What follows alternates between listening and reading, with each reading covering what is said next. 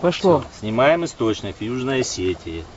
Пожалуйста, вот течет вода. Вот обычная вода из-под земли, которую можно пить, умыться, руки помыть. А теперь я зажигалку не могу, Зурик. А ну-ка, зажги его, Тебя... чтобы людям было понятно. Ну-ка. Вот, пожалуйста. Вода горит. Нонсенс, да?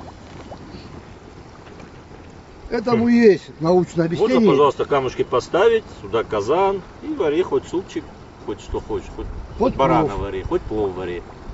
Вот, пожалуйста, могу затушить его. Раз, все, затушил. Вот опять сейчас зажгу, смотрите. Дневного она горит. Ну, пожалуйста, опять зажгли. Фокус, дай только. Это природное явление. Далеко не фокус. Это природное природное явление.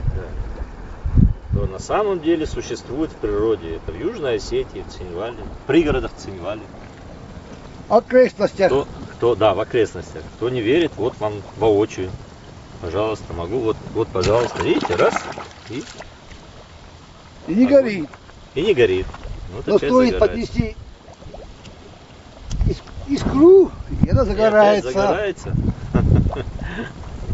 Кто не верит, можете приехать, сами посмотреть на это чудо природы. Вот и все, пожалуйста. А где дед?